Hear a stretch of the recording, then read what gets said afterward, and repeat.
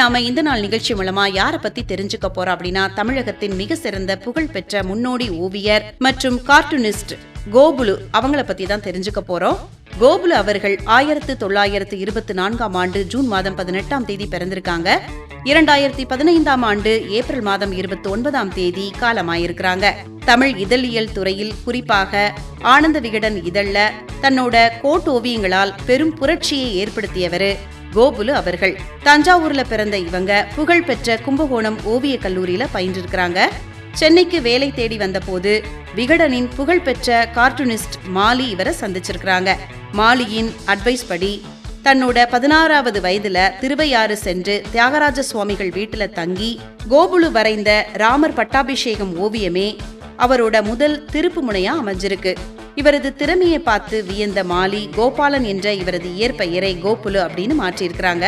1945 இருந்து 1968 வரைக்கும் சுமார் 20 ஆண்டுகளுக்கும் மேலாக ஆனந்த விகடன்ல முழு நேர ஓவியரா பணியாற்றியிருக்கிறாங்க. 1947ஆம் ஆண்டு ஆகஸ்ட் மாதம் 15ஆம் தேதி அன்னைக்கு இந்தியாவுக்கு சுதந்திரம் கிடைச்ச போது அதை கொண்டாடுற வகையில வரலாற்று சிறப்புமிக்க ஆனந்த விகடன் அட்டை படத்தை வரைஞ்சு நம்ம எல்லாருக்கும் பெருமையை சேர்த்திருக்கிறாரு கோபுலு அவர்கள். வார்த்தைகளே இல்லாமல் வெறும் ஓவியங்களை மட்டுமே வைத்து சிரிக்க வைக்கும் மௌன நகைச்சுவை பாணியை தமிழ்ல பிரபலப்படுத்தினவர் கோபுலு அவர்கள்.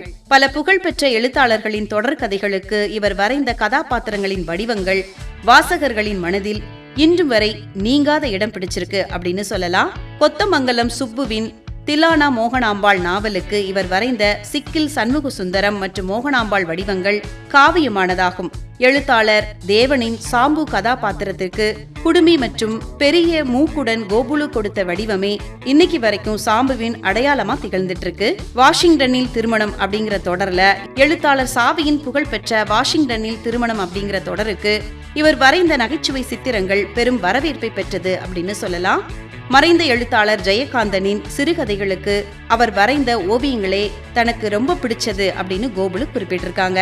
விகடன்ல இருந்து ஓய்வு பெற்ற பிறகு அட்வேவ் அப்படிங்கிற சொந்த விளம்பர நிறுவனத்தை தொடங்கி பல முன்னணி நிறுவனங்களின் லோகோக்களை வடிவமைச்சு கொடுத்திருக்கிறாங்க கோபுலு அவர்கள். பிற்காலத்துல பக்கவாதத்தால இவரது வலது கை பாதிக்கப்பட்ட போதும் மூளை அல்லவா வரைகிறது, கை வெறும் தூரிகை தானே அப்படின்னு சொல்லிட்டு தன்னோட இடது கையால வரைஞ்சு சாதிச்சு காட்டியிருக்கிறாங்க கோபுலு அவர்கள். தமிழக அரசின் மிக உயரிய கலைமாமணி விருது, முரசொலி அறக்கட்டளை விருது மற்றும் பெங்களூரு கார்ட்டூனிஸ்ட் நிறுவனத்தின் வாழ்நாள் சாதனையாளர் விருது உள்ளிட்ட பல விருதுகளை பெற்றிருக்கிறாங்க ஓவியர் கோபுலு அவர்கள். பல சிறப்பான படைப்புகளை தந்த கோபுலு அவர்களை பற்றின நிறைய விஷயங்களை இந்த நாள் நிகழ்ச்சி மூலமா தெரிஞ்சுக்கிட்டதுல மிக்க மகிழ்ச்சி அடைகின்றோம்.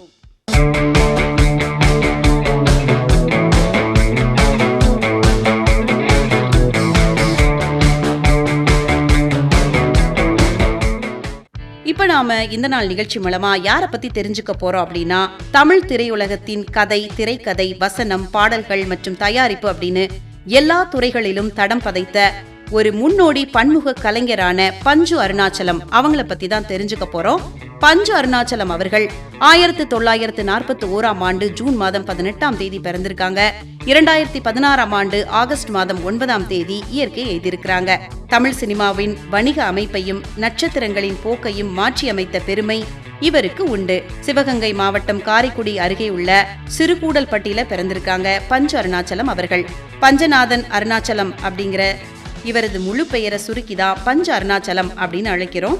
புகழ்பெற்ற கவியரசு கண்ணதாசனின் அண்ணன் மகனான இவரு தொடக்கத்துல கண்ணதாசன் கிட்ட பல ஆண்டுகளா உதவியாளரா பணியாற்றிருக்கிறாங்க.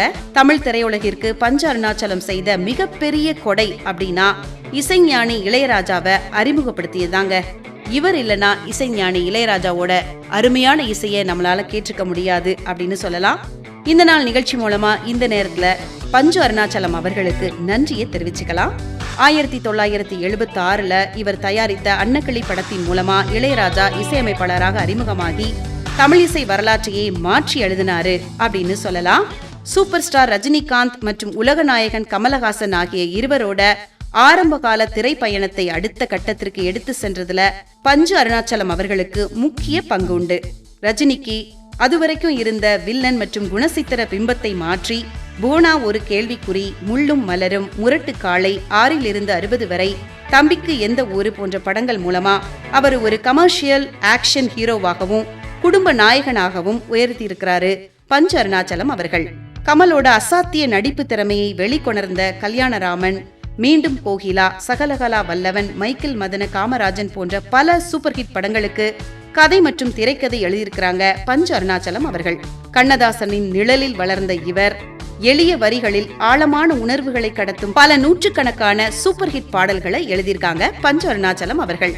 பொதுவாக எம்மனசு தங்கம், அன்னக்கிளி உன்னை தேடுதே, காதலின் தீபம் ஒன்று, விழியிலே மலர்ந்தது, மாசி மாசம் ஆளான பொண்ணு, இந்த பாடல்கள் எல்லாத்தையும் எழுதினது பஞ்ச அருணாச்சலம் அவர்கள்தான். PA ஆர்ட் புரொடக்ஷன்ஸ் அப்படிங்கிற தன்னோட சொந்த தயாரிப்பு நிறுவனத்தின் கீழே பல வணிக ரீதியான வெற்றி படங்களை தயாரிச்சிருக்கிறாங்க. மணமகளே வா, புதுப்பாட்டு, கலிகாலம், தம்பி பொண்டாட்டி உட்பட சுமார் 8 திரைப்படங்களை அவரே இயக்கியிருக்கிறாரு. இவரோட பையன் சுப்பு பஞ்ச அருணாச்சலம் தமிழ் திரையுலகத்துல பிரபலமான குணசித்திர நடிகராகவும் டப்பிங் கலைஞராகவும் விளங்கியிருக்கிறாங்க. பன்முக திறன் கொண்ட பஞ்ச அருணாச்சலம் பற்றின நிறைய விஷயங்களை இந்த நாள் நிகழ்ச்சி மூலமா தெரிஞ்சுக்கிட்டதுல மிக்க மகிழ்ச்சி அடைகின்றோம்.